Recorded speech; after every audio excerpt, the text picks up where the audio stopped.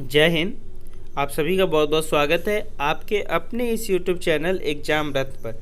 आशा करता हूँ आप सभी अच्छे होंगे, घर पर सुरक्षित होंगे। तो वीडियो का जो रे एग्जाम होने वाला है उसके लिए मैंने वीडियो बहुत सारे अपलोड कर दिए। आज हम रीजनिंग का पार्ट नंबर 5 डिस्कस करेंगे।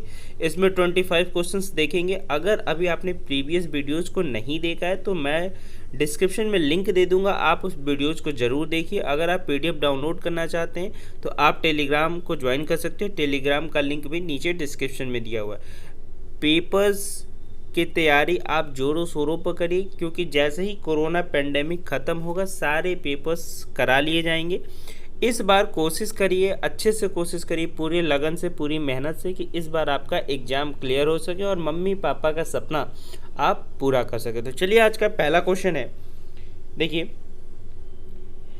यहाँ पे दिया है सीरीज 36, 37, 41, 50 एंड 66। यहाँ पे हमें कंप्लीट करना है कि जो गैप है वहाँ पे कौन सा नंबर आएगा। तो सबसे पहले देखिए गैप कितना आता है। यहाँ पे 36 और 37 का 1 आ रहा है, फिर 41 और 37 का डिफरेंस जो 4 आ रहा है, फिर इसका डिफरेंस कितना आ रहा है, 9 आ रहा है।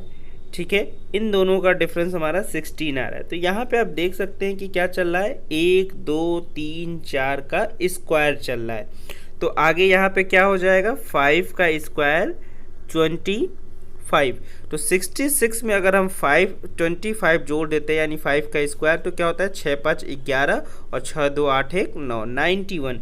यानी ऑप्शन नंबर ए यहाँ पे क्या हो जाएगा, हमारा राइट आंसर हो जाएगा। ठीक है, नेक्स्ट प्रश्न की तरफ चलते हैं। नेक्स्ट प्रश्न दिया है 6, 13, 22, 33, यानी 6, 13, 22, 33। तो नेक्स्ट टर्म क्या होगा, तो 6 और 13 का जो डिफरेंस है वो क्या है, 7 का है। फिर 22 और 13 का डिफरेंस कितने का है, 9 का है। आगे देखिए 33 और 22 का डिफरेंस कितने का है, 8 3 11 का है। तो हमें क्या करना है, सीरीज देखिए कि कौन सा चल रहा है, 7 2 9, 9 2 11, 11 2 13। तो 33 में अगर हम 13 ऐड कर देते हैं तो क्या हो जाता है, 46। यानी ऑप्शन नंबर बी क्या हो जाएगा, हमारा राइट आंसर हो जाएगा। ठीक है, नेक्स्ट क्वेश्चन देखिए, किसी सांकेतिक भाषा में मदर को हमने क्या लिखा है, 3 4 9 7 5 8, और अंकल को क्या लिखा है, 0 2 6 1 5। तो बताइए कि हेन के लिए क्या लिखा जाएगा। तो एच, इसमें देखिए एच कहाँ पे, यहाँ पे एच के लिए क्या है, 7 है। ठीक है, ई के लिए बात करें तो ई के लिए क्या है, यहाँ पे 5 दिया है। तो 7 5 किस में आ रहा है, सिर्फ ऑप्शन नंबर बी में आ रहा है। तो जो तीसरे का जो करेक्ट ऑप्शन हो जाएगा, ऑप्शन नंबर बी 752 हमारा सही जवाब हो जाएगा। चलिए नेक्स्ट प्रश्न की तरफ चलते हैं। क्वेश्चन नंबर 4 देखिए, यहाँ पे दिया हुआ है 5 वर्ष पहले नंदिता की माँ नंदिता से 3 गुनी बड़ी थी। 5 वर्ष बाद वह नंदिता से 2 गुनी बड़ी हो जाएगी। तो आज नंदिता की उम्र यानी आयु क्या है। तो हमें क्या करना है, सबसे पहले नंदिता की हम 5 साल पहले की उम्र मान लेते हैं x, और उनकी माता का उम्र मान लेते हैं 3x। ठीक है, अब जो कंडीशन दिया है कि 5 वर्ष बाद उसकी उम्र क्या हो जाएगी, 2 गुना हो जाएगी, किसकी, नंदिता की। तो x + 5 + 5, ये 5 + 5 मैंने क्यों किया, 5 साल पहले और 5 साल बाद। ठीक है, ये किसके बराबर हो जाएगा, ये हो जाएगा हमारा 3x + 10।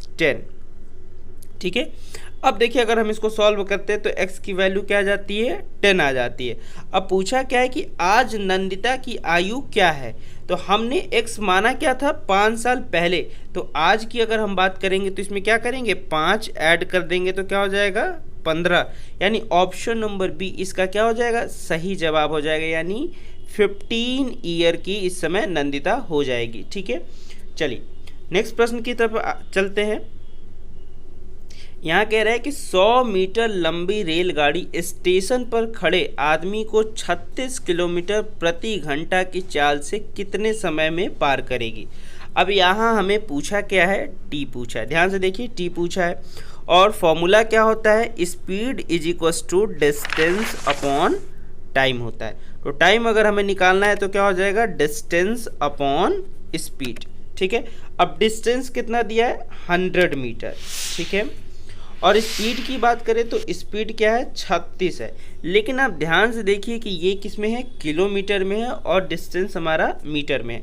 तो 36 किलोमीटर पर घंटा को हम मीटर पर सेकंड में चेंज करने के लिए क्या करेंगे, 5/18 से गुणा कर देंगे। तो 18 से 36 कट जाएगा 2 बार में, 2 बचे कितना होता है 10, और 100 को हम 10 से भाग देते हैं तो कितना आ जाएगा 10 आ जाएगा। यानी जो राइट आंसर हो जाएगा वो क्या हो जाएगा, ऑप्शन नंबर बी यहाँ पे हमारा करेक्ट ऑप्शन हो जाएगा 10 सेकेंड। ठीक है, चलिए नेक्स्ट प्रश्न की तरफ चलते हैं। नेक्स्ट प्रश्न हमारा देखिए क्या दिया है कि दिए गए विकल्प में से संबंधित अक्षर शब्द संख्या आकृति को चुनिए। अब यहाँ पे देखिए CNQM किससे रेशियो बन रहा है, HTXU से। तो C का संबंध किससे है, H से है, यानी कितना ऐड हुआ है, 5 ऐड हुआ है। ठीक है, N का संबंध T से है, N कितने पे आता है, 14 पे आता है, और T 20 पे आता है। तो कितना का ऐड किया है, 6 ऐड किया है। Q 17 पे आता है और X कितने पे आता है, 24 पे आता है। तो हमने कितना ऐड किया, 7 ऐड किया। फिर आगे देखिए M हमारा कितने पे आता है, 13 पे आता है, और U कितने पे आता है, 21 पे आता है। तो कितना ऐड किया, 8। क्या चल रहा है, 5 6 7 8 हमें ऐड करना है। अब देखिए कि 5 6 7 8 किस में ऑप्शन में आ रहा है। अब E में अगर हम 5 ऐड कर देते हैं तो हमारा क्या हो जाएगा, J हो जाएगा। ठीक है, H 8 पे आता है, तो 8 में अगर हम 6 ऐड कर देते हैं तो क्या आ जाता है, N आ जाता है। ठीक है, आगे देखिए कि B है, B में अगर हम 7 ऐड करते हैं तो क्या आता है, I यानी 9 आता है। ठीक है, तो ये हो जाएगा I। अब ऑप्शन में एक बार चेक कर लेते हैं तो क्या JNI वाला कोई ऑप्शन है, तो सिर्फ और सिर्फ हमारा ऑप्शन नंबर A और B में है JNI। लास्ट में हम चेक कर लेंगे X होगा या Z होगा। तो लास्ट में देखिए P में अगर हम 8 ऐड करते हैं तो P 16 पे होता है, 16 और 8 24, यानी X हमारा हो जाएगा JNIX। तो ऑप्शन नंबर A यहाँ पे क्या हो जाएगा, सही आंसर हो जाएगा। चलिए नेक्स्ट प्रश्न की तरफ हम आगे बढ़ते हैं। यहाँ देखिए दिया है कैपिटल D फिर स्मॉल AB। तो इसको क्या किया है, कैपिटल D को स्मॉल d में कर दिया है, जो स्मॉल है उसको कैपिटल में कर दिया है। अब यहाँ पे देखिए क्या है, Q कैपिटल में है तो Q क्या हो जाएगा, स्मॉल में हो जाएगा, और PR क्या है हमारा, स्मॉल में है तो कैपिटल में हो जाएगा, ये P और R। तो ऑप्शन नंबर B यहाँ पे क्या हो जाएगा, हमारा राइट आंसर हो जाएगा। ठीक है, क्वेश्चन नंबर 7 का जो राइट आंसर हो जाएगा option number B, small Q and capital PR। चलिए नेक्स्ट प्रश्न की तरफ हम आगे बढ़ते हैं। दिया है कि नीचे दिए गए विकल्पों में लुप्त अंक ज्ञात कीजिए। अब ऐसे प्रश्नों को सबसे पहले हमें क्या करना होता है कि छोटे से बड़े अंकों की तरफ हमें मल्टीप्लिकेशन, डिवीजन, सारे मैथमेटिकल ऑपरेशन लगाकर चेक करने होते हैं कि कौन से ऑपरेशन इसमें बैठ रहा है। ठीक है,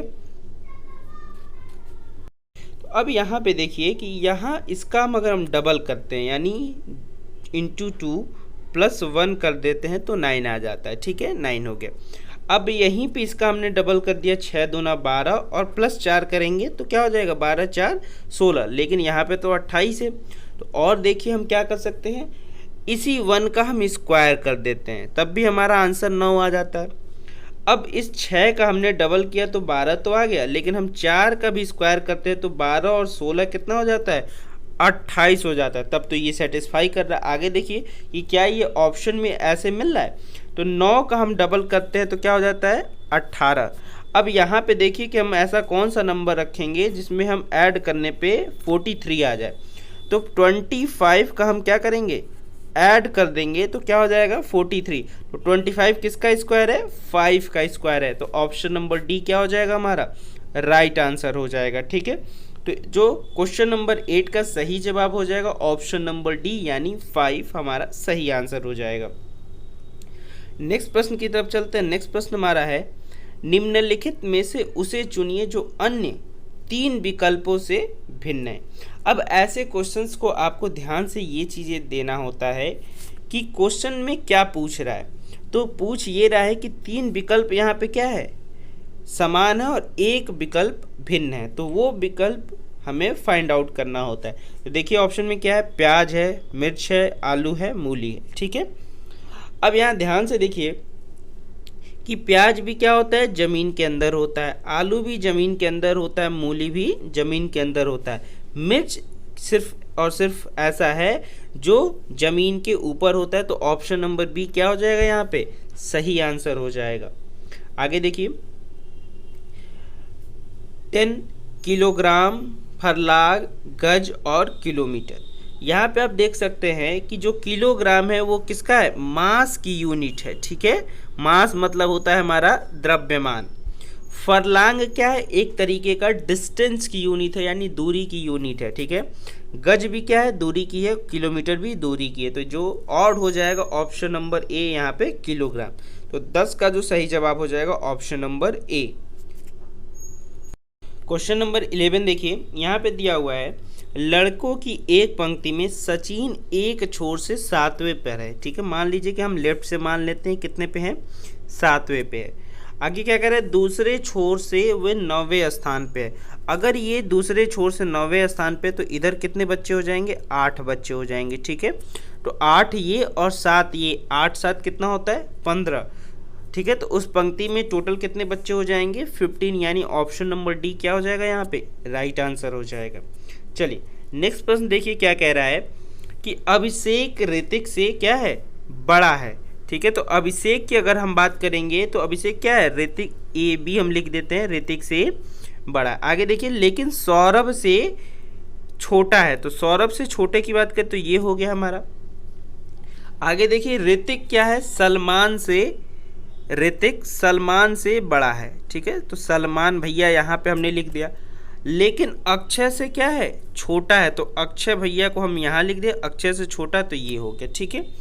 आगे देखिए क्या कह रहा है, अक्षय अभिषेक से छोटा है। अक्षय क्या है, अक्षय अभिषेक से छोटा है, ए बी से छोटा है, ठीक है। अब पूछ क्या रहा है कि सबसे बड़ा कौन होगा। तो अब हम बना लेते हैं। तो यहाँ पे क्या हो गया, सौरभ भैया हो गए। सौरभ भैया के बाद यहाँ पे क्या हो गया हमारा, अभिषेक भैया हो गए। अभिषेक भैया के बाद क्या हो गया, अक्षय भैया हो गए, ठीक है। ए के हम लिख देते हैं अक्षय को, फिर ऋतिक की हम लिख देते हैं आर टी लिख देते हैं, फिर क्या हो गया, सलमान हो गया, ठीक है। अब पूछ रहा है क्या क्वेश्चन में कि सबसे बड़ा कौन है।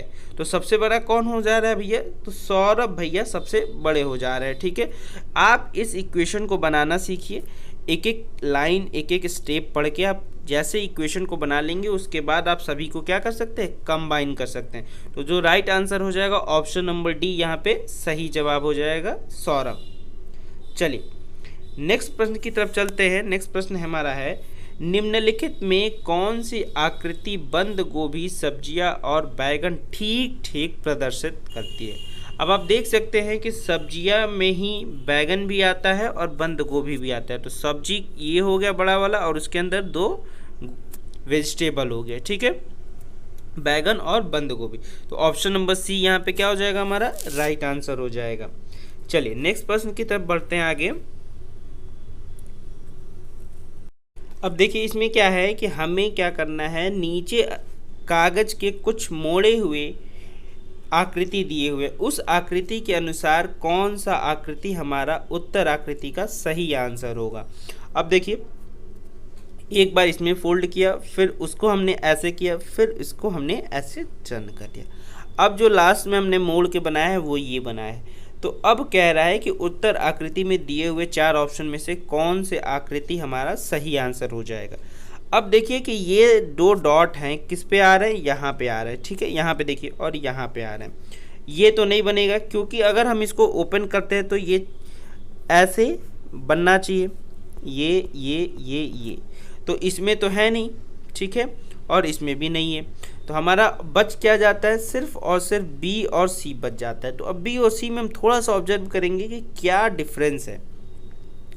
अब आप लाइन ध्यान से देखिए कि इस लाइन में ऑप्शन नंबर डी में ये वाली लाइन दी हुई है, ठीक है, कौन सी लाइन, ये वाली लाइन दी हुई है, ठीक है। लेकिन इसमें क्या है कि ये वाली लाइन बनेगी नहीं फोल्ड करने पे। तो जो सही आंसर हो जाएगा वो क्या हो जाएगा, हमारा करेक्ट ऑप्शन नंबर बी यहाँ पे करेक्ट हो जाएगा, ठीक है। अब इसको हम ओपन कर देते हैं तो ऐसे बनता है, ध्यान से देखिए ऐसे बनेगा। ये हमने क्या कर दिया कि 4 भाग में बांट दी। यहाँ पे देखिए, और इसके बाद हमने यहाँ टर्न किया तो ये 4 भाग में हो गया। ठीक है, अब 4 भाग में होने के बाद क्या हुआ है कि हमने इसको यहाँ पे ध्यान से देखिए तो ये हमने कर दिया ये। ठीक है, तो ये फिर ये बना ऐसे। तो ऐसे आपका बनेगा, तो सिर्फ ऑप्शन नंबर बी में है, तो जो सही आंसर हो जाएगा ऑप्शन नंबर बी यहाँ पे राइट आंसर हो जाएगा। चलिए, अगर एक बार में आपको चीज़ें समझ में नहीं आ रही हैं तो आप उसको बार बार रिपीट करके देखिए। आपसे छोटी सी रिक्वेस्ट है कि आप अगर हमारे चैनल पे पहली बार हैं तो चैनल को सब्सक्राइब कर लीजिए और पास में दिए बेल आइकन को जरूर प्रेस करिए ताकि कोई भी वीडियो का नोटिफिकेशन आपसे मिस ना हो। चलिए, अगले प्रश्न की तरफ आगे बढ़ते हैं। अगला प्रश्न दिया हुआ है, कौन सी उत्तर आकृति दी गई प्रश्न आकृति को पूरा करेगी। अब ऐसे क्वेश्चन में हमें क्या करना होता है कि आकृति को क्या करना है, कंप्लीट करके मैच कराना होता है। अब यहाँ आप ध्यान से देखिए कि यहाँ पे जो है, देखिए यहाँ पे दिया हुआ है लेकिन यहाँ लास्ट में कहीं पे भी किसी कॉर्नर पे नहीं दिया हुआ है। ठीक है, तो पहले ऑप्शन ए कट गया, फिर इसी तरीके से ऑप्शन सी कट गया। ठीक है, कॉर्नर पे नहीं मिल रहा है। अब ये तो हमारा आप देख सकते हैं कि ये क्या है हमारा, ये तो कोई इमेज का कॉम्बिनेशन ही नहीं बन रहा है, तो सिर्फ और सिर्फ ऑप्शन नंबर बी बन रहा है। यहाँ पे देखिए तो जो सही आंसर हो जाएगा ऑप्शन बी हो जाएगा। लेकिन ऑप्शन बी में भी देखिए कि यहाँ पे जो अंदर सर्किल का पोर्शन है, इस पोर्शन के हिसाब से वो मैच नहीं कर रहा है। लेकिन सही जवाब अगर हम मानेंगे तो ऑप्शन नंबर बी ही मानेंगे। हो सकता हो थोड़ा बहुत मिसप्रिंट दिया हो। चलिए नेक्स्ट प्रश्न की तरफ चलते हैं। नेक्स्ट प्रश्न हमारा देखिए, पहली पंक्ति में अक्षर दिए हैं तथा दूसरी पंक्ति में अंक दिए हैं। अंक अक्षरों के कूट है तथा अक्षर अंकों के कूट है। दिए गए विकल्प ए बी सी डी में से प्रश्नों के सही कूट ढूंढिए।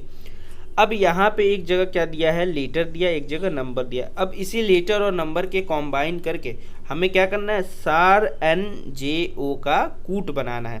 तो यस कितने पे है, 3 पे है, तो ये क्या हो गया, 3 हो गया। ए कितने पे है, 9 पे है, तो 9 हो गया। आर कितने पे, आर देखिए 6 पे है, तो 396 किस में आ रहा है, 396 सिर्फ और सिर्फ ऑप्शन नंबर डी में आ रहा है। तो यहाँ जो क्वेश्चन नंबर 16 का सही जवाब हो जाएगा 396841 हमारा सही आंसर हो जाएगा।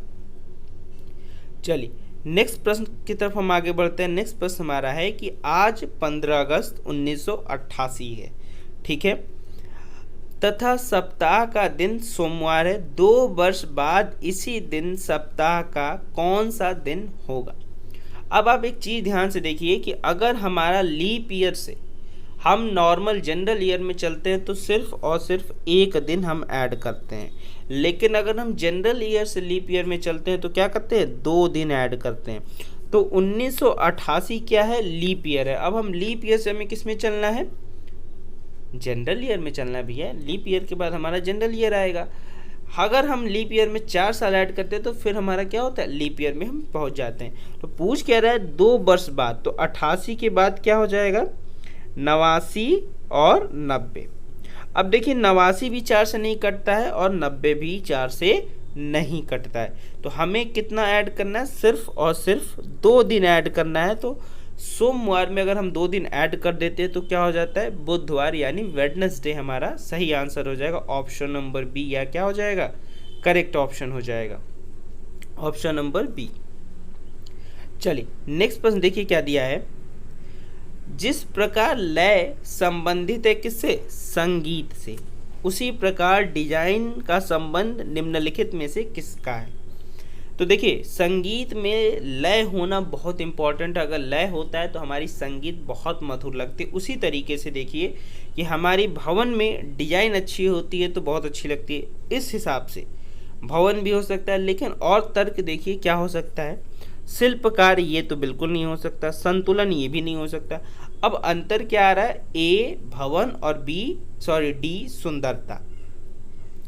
यहाँ पे देखिए कि संगीत में लय होना जरूरी है, लेकिन सुंदरता में डिजाइन होता है ये 100% कंपल्सरी है। भवन में डिजाइन का होना कोई ज़रूरी नहीं है। बहुत ऐसी चीज भवन होते हैं जो एकदम नॉर्मल, एकदम बिना किसी डिजाइन के बने होते हैं। तो क्या होता है, सुंदरता में डिजाइन की होना अत्यंत आवश्यक है। तो ऑप्शन नंबर डी क्या हो जाएगा हमारा, राइट आंसर हो जाएगा। नेक्स्ट प्रश्न की तरफ चलते हैं। 7, 4, 12, 16, 37, 64। अब देखिए ऐसे क्वेश्चन में हमें क्या करना होता है कि कौन सा पैटर्न इस सीरीज में चल रहा है। तो सबसे पहले देखिए सीरीज की अगर हम बात करें तो 7, 4, 12, 16, 37 और 64 है। तो आप यहाँ एक चीज़ ऑब्जर्व कर सकते हैं कि 4 के बाद 16 आ रहा है, 16 के बाद 64 आ रहा है और 64 के बाद क्या आएगा, यानी 4 का हम मल्टीप्लाई 4 में किए तो 16 आ गया, 16 में हम 4 का मल्टीप्लाई किए तो 64 आ गया, 64 में अगर हम 4 का मल्टीप्लाई करते हैं तो क्या आता है 256 यानी 256। तो ऑप्शन नंबर सिर्फ और सिर्फ सी में है 256, तो हमारा 256 तो हो जाएगा। करेक्ट ऑप्शन भी मिल गया, ऑप्शन नंबर सी यहाँ पे सही जवाब हो जाएगा। लेकिन यहाँ पे अगर हम आंसर चेक करें कि वास्तव में आंसर आएगा क्या, तो ध्यान से देखिए 7 में हमने 5 जोड़ा तो 12 आ गया, फिर 12 में हमने क्या किया 37 अगर देखते हैं तो क्या ऐड किया हमने कि 37 आ गया तो 25 ऐड किया, ठीक है। अब क्या चल रहा है 5 फिर की पावर 1 फिर 5 की पावर 2 और 5 की पावर 3, ये हमारा सीरीज चल रहा है, ठीक है। तो अगर हम 37 में क्या करते हैं 125 ऐड करते हैं तो क्या हो जाता है 162, यानी ऑप्शन नंबर सी यहाँ पे क्या हो जाएगा हमारा सही आंसर हो जाएगा। अब देखिए नेक्स्ट क्वेश्चन की तरफ आगे बढ़ते हैं। नेक्स्ट क्वेश्चन है 7 + 9 = 32, 7 + 5 = 24, 9 + 4 बराबर क्या होगा। आप देखिए 7 और 9 को हम सिंपली ऐड कर लेते हैं तो 9 7 16 होता है, 16 का हम डबल कर दिए तो क्या होता है 32 हो गया, ठीक है। इसी तरीके से 7 5 क्या होता है 12, 12 का हम डबल कर दिए 24 हो गया। तो 9 4 कितना होता है 13, 13 का हम डबल कर देते हैं तो 26, यानी ऑप्शन नंबर सी क्या हो जाएगा हमारा सही आंसर हो जाएगा। नेक्स्ट प्रश्न की तरफ चलते हैं। नेक्स्ट प्रश्न दिया है, ध्यान से देखिए कि एक वर्गाकार पथ पर ABCD है, AC दक्षिण पूर्व और BD उत्तर पूर्व की ओर है। A से वामावर्त चलकर B को पार कर अब वह किस दिशा में है। तो चलिए मैं मान लेता हूं कि एक वर्गाकार पथ है ABCD, ठीक है। अब कह रहा है AC क्या है दक्षिण पूर्व है। अगर हम डायरेक्शन की बात करें ये नॉर्थ होता है, ये साउथ होता है, ये ईस्ट होता है, ये वेस्ट होता है। अब दक्षिण पूर्व का मतलब यहाँ से अगर हम बात करें तो ये दक्षिण पूर्व हो गया, ठीक है। अगर उसके बाद हम बात करें आगे क्या कर रहा है BD उत्तर पूर्व है, BD क्या है हमारा उत्तर पूर्व है, तो उत्तर ऊपर हो गया और पूर्व इस साइड हो गया, तो ये हो गया हमारा। अगर हम इस लाइन को कंप्लीट कर देते हैं ऐसे और इसको ऐसे, आगे क्या कह रहा है कि A से वामावर्त चलकर यानी एंटी क्लॉकवाइज हमें चलना है। तो ऐसे हमने चलना शुरू किया, चलकर B को पार कर, तो हमने B को पार करके यहाँ पहुँच गए।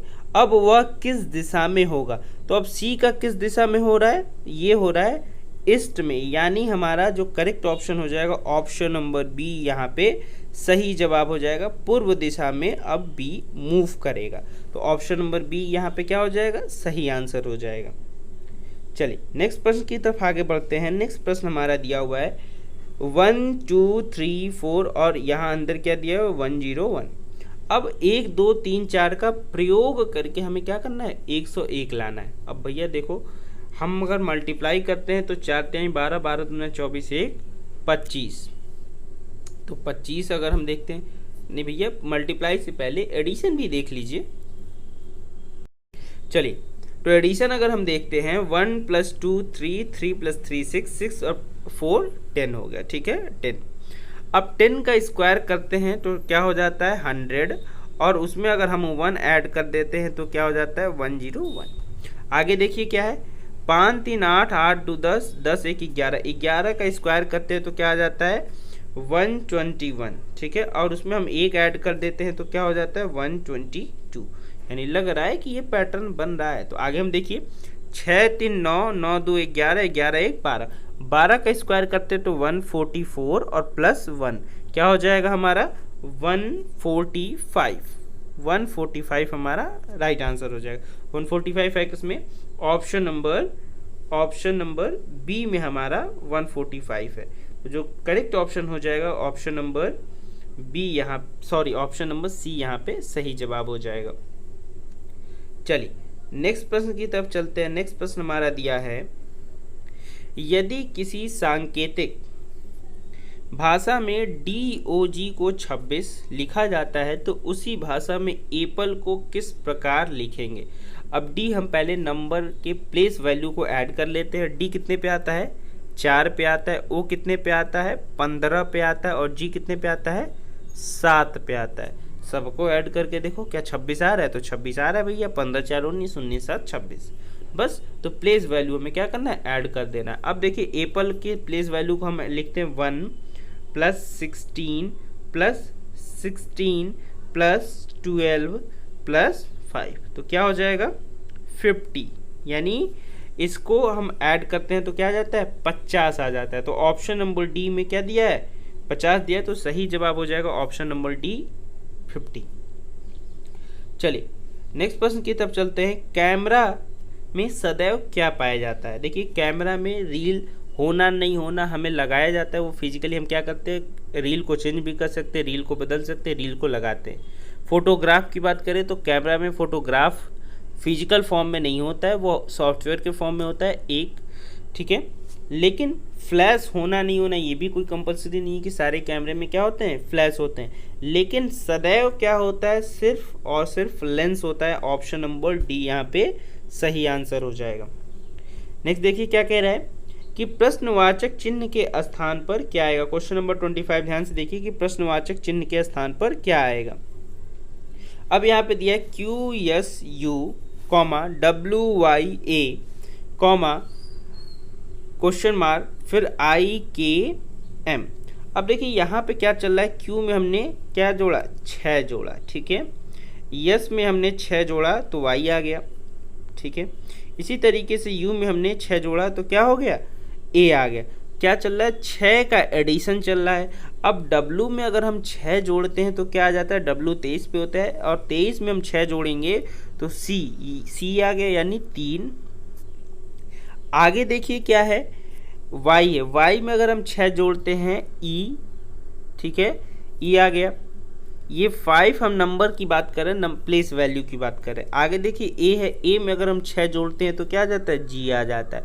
तो CEG किस में है, सिर्फ और सिर्फ ऑप्शन नंबर A में है। देखिए यहाँ पे ऑप्शन नंबर A दिया है CEG। अब भैया देखो CEG, अब एक चीज़ आ गया CEG, तो CEG का फुल फॉर्म होता है कार्डियो इलेक्ट्रोग्राम, ठीक है। अब आज के लिए इस वीडियो में इतना ही। आज का ये लास्ट सवाल था। अगर आपको वीडियो अच्छा लगा हो तो वीडियो को लाइक कर दीजिए। चैनल पे पहली बार है तो चैनल को सब्सक्राइब कर लीजिए, और सभी स्टडी ग्रुप्स में प्लीज़ शेयर कर दीजिए ताकि सभी अभ्यर्थियों तक ये वीडियो पहुंच सके और उनका प्रिपरेशन स्टार्ट हो सके। आप दबा के इस बार मेहनत करिए ताकि इस बार आपके पेपर्स क्लियर हो सके। Thank you.